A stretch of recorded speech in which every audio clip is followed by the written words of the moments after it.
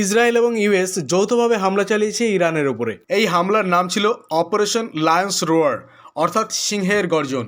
এই বিস্ফোরণের ফলে ইরানের যে রাজধানী তেহরান এবং আশেপাশের কয়েকটা শহরে সামরিক ও সরকারি স্থাপনা ধ্বংস হয়। অন্যদিকে ইরান তার ইসলামিক রেভলিউশনারি গার্ড দ্বারা ইউএসের বিভিন্ন সামরিক ঘাঁটিতে আক্রমণ চালিয়েছে। মূলত ইরান এই আক্রমণগুলো চালিয়েছে মিসাইল এবং ড্রোন দ্বারা, এবং ইউএসের সেই সব সামরিক ঘাঁটিতে আক্রমণ চালিয়েছে ইরান যেগুলো ছিল মূলত বাহরিন, কাতার, কুয়েত এবং ইউনাইটেড আরব এমিরেটসে।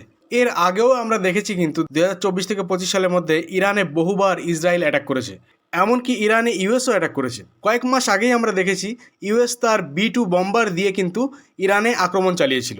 এর মেইন কারণ হচ্ছে ইরান যেন পারমাণবিক বোমা না বানায়, কারণ ইউএস এবং ইসরায়েলের একটাই ভয়, যদি একবার ইরান পারমাণবিক বোমা বানিয়ে ফেলে তারপর ইসরায়েলের অস্তিত্ব থাকবে কিনা সন্দেহ আছে। এই জন্য ইসরায়েল তার অস্তিত্ব রক্ষার জন্যই বারবার কিন্তু এই ইরানকে আক্রমণ করে। ধীরে ধীরে পুরো বিশ্বই এখন যুদ্ধের দিকে এগিয়ে যাচ্ছে। একদিকে পাকিস্তান, আফগানিস্তান, অন্যদিকে তো রাশিয়া, ইউক্রেন অনেক দিন ধরেই যুদ্ধ চলছে।